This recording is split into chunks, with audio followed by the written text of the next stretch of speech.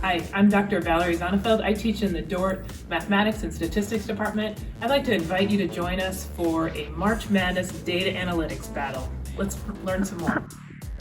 So, March Madness is a fun thing that happens in the spring with college basketball playoffs for the NCAA. So we're going to use that as our way to learn about data analytics. Data analytics is a field in data science. It uses statistics as well that helps us make sense of data. So ZealLearn defines it as a field that uses scientific inference and mathematical algorithms to extract meaningful knowledge and insights from a large amount of structured and unstructured data. So we're going to use the March Madness basketball tournament to learn about this. And it's a competition for both middle school and high school students. What we're going to do, or you're going to do, is create an algorithm. And algorithm sounds big and scary, but basically it's like a recipe that will choose 10 teams from the NCAA basketball tournament. And then these teams will be assigned a value from 10 to 1, with your top team be given 10 every time they win. So you get 10 points every time they win. Now, before you think, well, I want to make sure I have North Carolina and Duke and all those favorite teams, that's not how this one works. And that's what's different about this, because we're going to create an algorithm that chooses the teams for us. And our algorithm is going to be trained based on what data we think is predictive of winning. So what happens here is every time one of your team wins, you earn points equal to that team's assigned number. So if you're the team that comes out top on your algorithm, your top team, you would get 10 points every time they win. The team that comes out second on your algorithm, you get 9 points. Your third team, you would get 8 points, all the way down to your 10th team, then you would get 1 point every time they win. Now, one special thing in there is anytime you have a Cinderella team that wins, you get there's an extra bonus for that. So keep track of that as well. And a Cinderella, for those of you that aren't aware, is a team that makes the tournament, but they're not necessarily expected to win. So there are 16 seeds in the tournament. The top 8 are seeded to win. They're expected to win. 9 through 16 aren't necessarily expected to win, and so they're considered Cinderella seeds. And so if they were to win, then you get extra points for that each time they win as well. So what you're going to be doing and spending time doing is algorithm testing. So you'll get data from previous year's tournaments, and that data is what you're going to analyze to make decisions about how your algorithm will choose teams that you think will win. So you'll get this spreadsheet with all the stats on it, and in teams, and possibly on your own, you'll create algorithms and test how they perform. And you could test how they perform on previous years. Now, so that's part of what you're doing when you explore, and you'll submit the algorithm that performs the best. So the one that gets you the most points is what you're going to submit. And there are infinitely many possible algorithms on how to choose these teams. So some of the example algorithms that you could do would be to choose the top 10 teams based on the average point differential per game. So basically, how far did they win or lose by? And most of these teams are going to be positive. They're going to win because they actually made the tournament. So you could organize based on that. Or you could rate the teams using a weighted average, and we'll look at an example of that as well. Or you could do like something sophisticated, like a regression model. It can be as hard or as easy as you want, but you want something that's going to be accurate.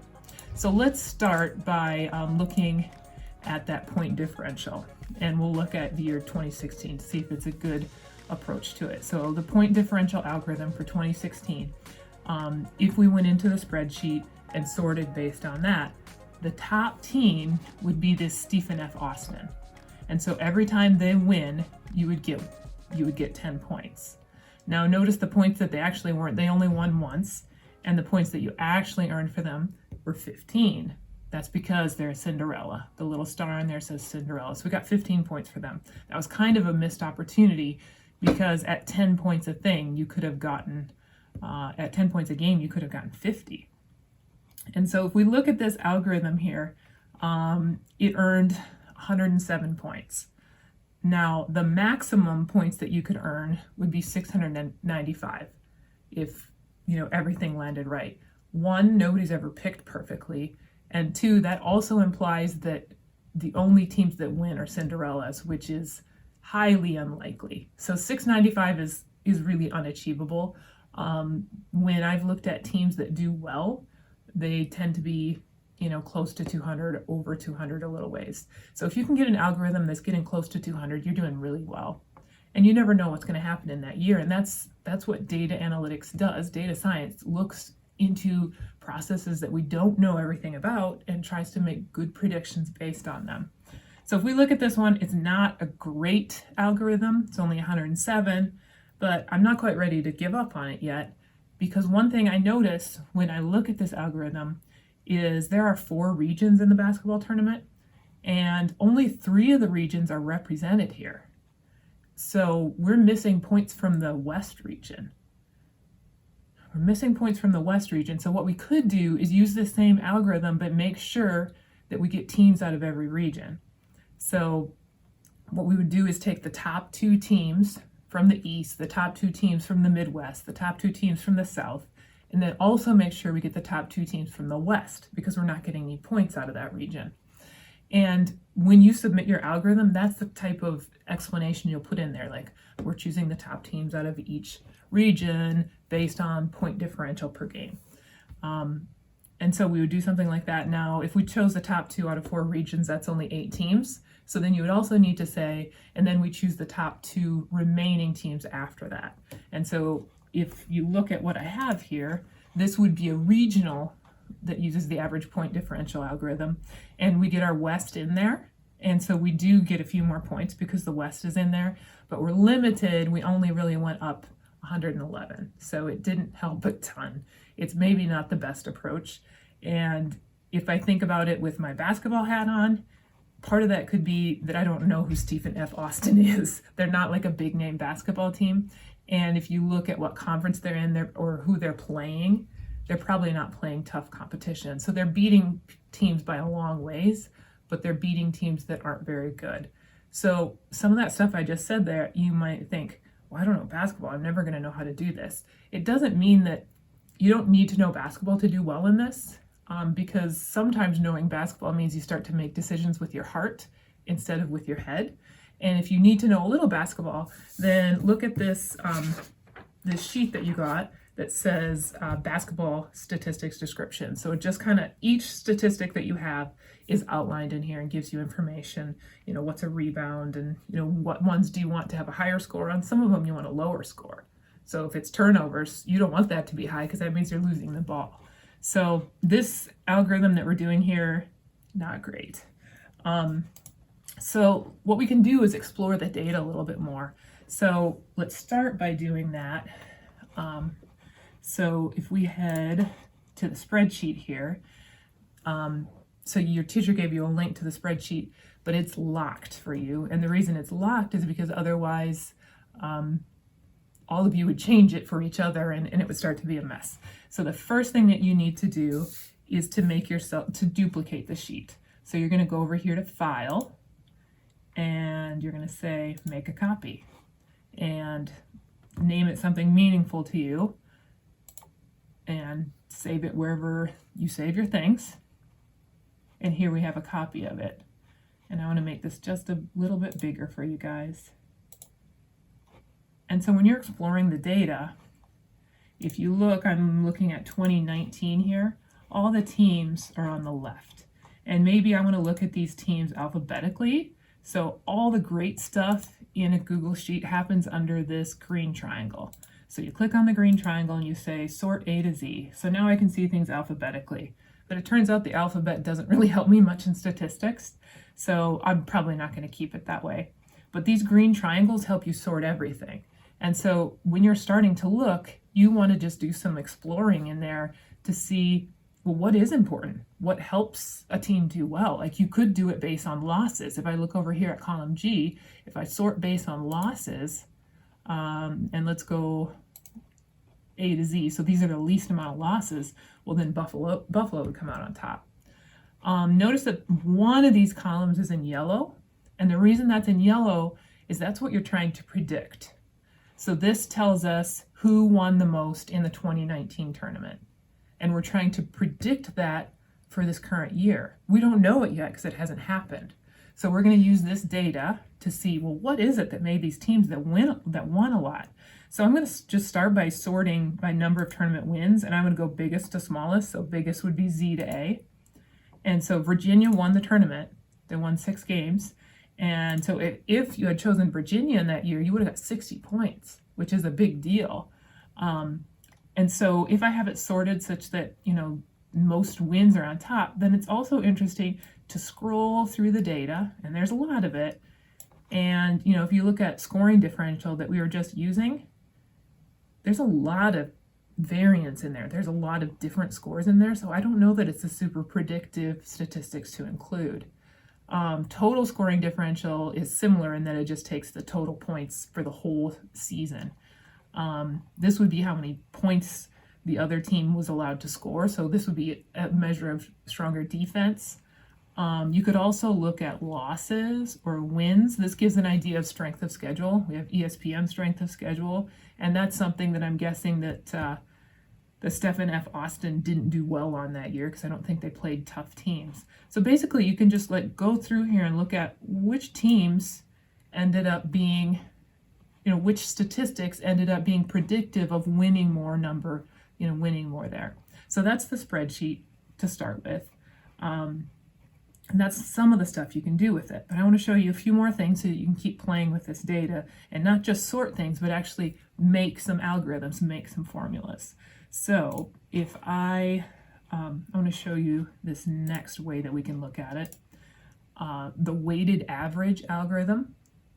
So a weighted average is when you say, let's just say I think 3-point percentage is important, I think free throw percentage is important, and I want the assist to turnover ratio. So if I choose those 3 and I want that to be a part, I could just add the 3 up. But let's say I have even stronger, when I was looking through the data, I think that 3-point percentage is predictive, but I think free throw percentage is even more predictive. And since I think it's even more predictive, I'm going to take that variable and multiply it by 2. And similarly, I think assist to turnover ratio is even more important. In fact, I want it to be 3 times. I want it to weigh 3 times as much as that 3-point percentage. So you would just add these 3 variables in there and then divide by 6. It finds an average for them. So let's play with that a little bit in the spreadsheet. So 3-point percentage, free throw percentage, and assist to turnover. So if I go into my data here, I'm going to need to make a new column for this new algorithm, this new recipe that I'm testing out. So what I do is I click on the top here and see that I get this nice little triangle here. On the top, I'm going to say insert one left. And so I'm going to call this, your future self wants you to name this something helpful. So I'm going to call it weighted average 3 free throw and assist to turnover. Okay, so I put that in there. And now what I need to do is make that algorithm that I just said. And when you want a spreadsheet to do something for you, you always start it by saying, hey, do something for me. And you start that with an equal sign. So you put an equals in there. And the first thing I said that I wanted was my 3-point percentage. So I'm going to click on this cell here, N2. Now don't actually type in 0.409 because spreadsheets are very powerful and we want to harness that knowledge so that it works for us. And if we type in just the cell block, then if that cell changes, it automatically updates in our formula over here. And then we can also copy it down for others. Spreadsheets can make you feel really powerful because they do a lot of things for you. It's one of those situations where you work smarter, not harder. I'm thinking now, as I just entered that, if we go back to the PowerPoint, remember I need a parentheses around here. So let's go back to my spreadsheet and we'll start that parentheses here. And so we wanted 1 times that, and the other thing that we wanted was 2 times free throw percentage on the season. So let's head back. So we're going to say plus 2. And the way that you tell a spreadsheet to do times is with the asterisk symbol. It's above your 8. So 2 times, and then free throw percentage. So let's go find free throw percentage. Oh, there it is. So that's in cell Q2 for me. And then the last thing that we had wanted was assist to turnover ratio, and we wanted to multiply that by 3. So I'm going to type a 3 in, and I multiply, which again is my asterisk, and then we'll find assist to turnover ratio. Okay, and scrolling back to my formula, if I edit up in here, then I'm going to end that with my parentheses. And remember, we had said that we wanted to divide by 6.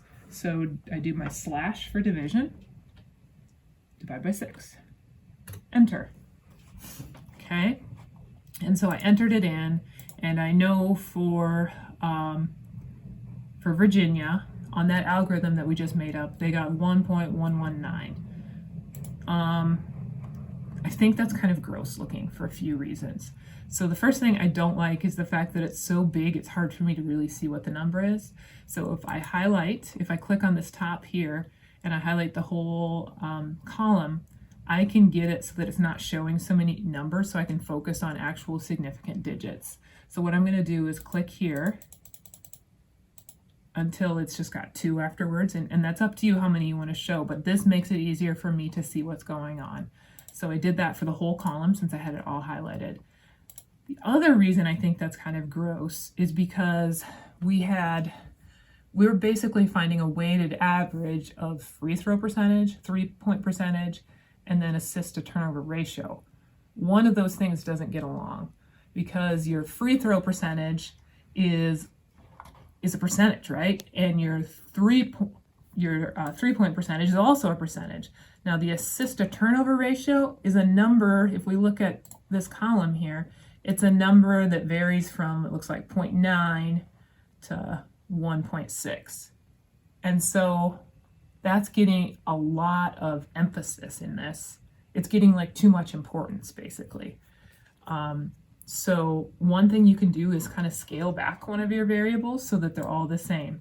And I'm going to click to a certain slide here a second to show you if you think, I can do this, I want to tackle this, what you can do is scale, and this is the information for how to scale. You do your min minus your max minus your min, and then you take the value that you have minus your min. That's the real way to do it. If you think, wow, that seems complicated, then you can take a guess, because that's fine as well. I mean, there are a lot of personal choices when you're doing data analysis. So let's go back here. I said that I didn't really I thought it was gross because the assist to turnover is getting too much weight, basically. It's getting too much importance. And so I could scale it back a little bit. Let me go back to assist to turnover. I think it's important because I wanted to multiply it by 3, but just based on the types of numbers that are going in there, it's getting too much weight, because 3-point percentage is likely like a 0.3 or a 0.4, and these are all coming in at 1.4, 1.5. So I think it's just a little too important. So what I could do is divide by 3 or divide by 2 so that it wasn't so that based on the numbers coming in, it wasn't given so much weight. And I'm going to adjust my formula to do that. So if I go back here, if I look at my formula up in the formula box, I had multiplied by 3 because I thought it was important, but the numbers coming in were giving it greater weight. So I'm just going to get rid of that multiply by 3. And you want to do your edits up in the formula box because you have less weird things happening then. Sometimes, yeah. So I just got rid of the 3 times, or the 3 in the asterisk, and I go enter. And that looks more like a percentage, and I feel more comfortable with it. Now is another time to feel real powerful. This just calculated for Virginia, but I need to know for every team in the tournament. And that would be a lot of work to enter for all of them. But what I can do is see when I've highlighted this cell that I like, it's got this nice blue triangle in the bottom. I can just pull that down to my bottom team here and let go, and it's been calculated for each team. That's super handy. But the thing I really want to know is, well, for 2019, who did well on this? What would it have selected? So that means I want to filter it. So I'm going to click under my green triangle here, and I want to filter big to small because these are good things to have happen. And this isn't bad here because if you look at wins, Gonzaga would have got 30 points because they would have been the best. Belmont, that's a little bit of a miss, no points on them. Tennessee and Virginia. And by the way, you go, well, they're both 0.59. It's calculating for the decimals to the right of it. And remember how if I wanted to see another decimal, I could click on the top up here and then click this, and that would increase my decimal point. And so you can see, well, yeah, Belmont, this rounded to 0.59. So these are the teams I would get. Virginia won the tournament and they still end up in there. So that's not bad. But it would be interesting to know how many points we got for that, wouldn't it? So let's calculate how many points we would have gotten. I'm going to add another column to the left here. And the way that we did that is I highlighted my G, and then I got this nice little triangle. I click on it. I say insert one to the left, and we're going to say points. Okay, points. I'll just call it points, okay? And in points, I want to calculate how many points they get for every time they win. And they would get, Gonzaga would get 10 points, right? So I need to have that, included in my formula at some point.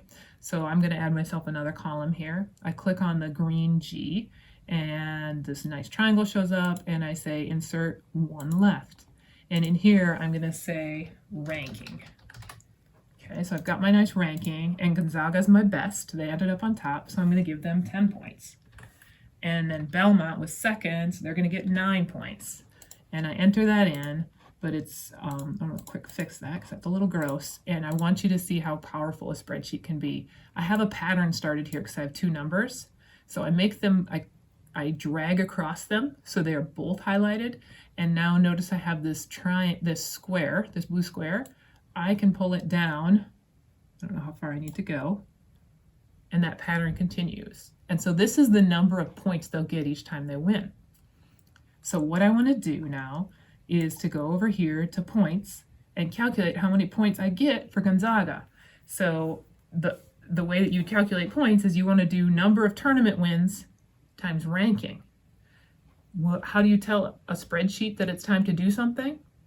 With an equal sign. So I put in my equal sign, and then I click on cell G2, and I want to multiply that, which is my asterisk, times cell F2, and I push enter. And that tells me that they got 30 points. That's not a bad start.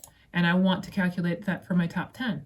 So I grab that blue square again, and that's how many points I would have gotten. Now, those of you that are really paying attention will notice that's not all the points they got because there were a couple Cinderellas in there. We've got Belmont as a Cinderella, we got Murray State as a Cinderella, and we've got Liberty as a Cinderella. So there were extra points gained there. So what I want to do to include that Cinderella aspect is I need to make my formula better. And notice that if it is a Cinderella, it gets a 1.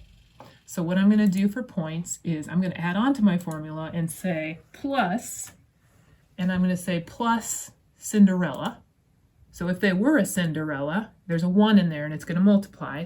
And if they were not a Cinderella, it's a 0 and nothing will come out of it. So it won't harm anything. So I'm going to go Cinderella times number of wins, but Cinderella times number of wins. I don't know that came in right. Just a second. Looking in my formula sheet. So Cinderella, click, and then I need to do my asterisk times number of wins. And how many points do you get each time they win? It's 5 points, so I'm going to do asterisk times 5. Enter. And notice that didn't change anything for Gonzaga because they weren't a Cinderella. Now I'm going to pull that down over my remaining teams, and that did add some points. And I could grab a calculator right now and add all those points up in that column. But with a spreadsheet, we work smarter, not harder. So I'm going to scroll down to the bottom here. and say, hey, add this thing. And the way that you say, hey, add this thing is you click right beneath your bottom team. So I'm in row 70 here. And if I look up here, it says functions. I'm going to click on that and say sum. And I want to sum from the 69 up to 62 here. So it says sum, and you can see up here in the function bar, H2 to H69. Those are the cells that we're including. Enter, and I got 146 points, which is not bad. Not bad for a first attempt at something. Okay, let's look back at where we were at. So for the weighted average for 2016, when it was calculated, it did 107 points. So it was quite a bit better in 2019, actually. But the other thing that happened here was it was regional. So since it was regional, they made sure that they picked out of every region and to balance that. So we could go back into ours if we wanted and calculate that as well. And that we would have to do by hand, though. That would be more of a filtering, by hand, and you would include that in your algorithm that you submit that describes it. So if we wanted to make sure we included each region, I'd have to go over here, and there's 2 west in here, which is good. I've got 2 east, which is good. I've got 2 south, and what I'm missing is Midwest. So I would need to kick out this bottom east here. Liberty would need to go, and I would need to grab the next highest Midwest, which would be Utah State. And in this year, it doesn't really add a lot since they didn't win it all. But then you would actually have to include that one. So we would pull by hand. You would pull out our 10th team, which is the East here, and we'll give them a 0. And that means they get no points here, and then we'll actually put in our Utah to make sure we have 2 out of the Midwest. And Utah then would be our 10th team, which means that they gain 1 each time. Oh, I gotta pull that formula down. Okay, and it did nothing to it. But if we look on the bottom, we lost 2 points over that. So that's how you would adjust it for that. And scaling I already mentioned. So that's kind of what's going on. You have a quick start guide that you can use. Just kind of goes over the things that I've talked about there in case I went too fast. And here is also the statistics as well as some sample algorithms on the back. So you can start developing and testing algorithms now, anytime.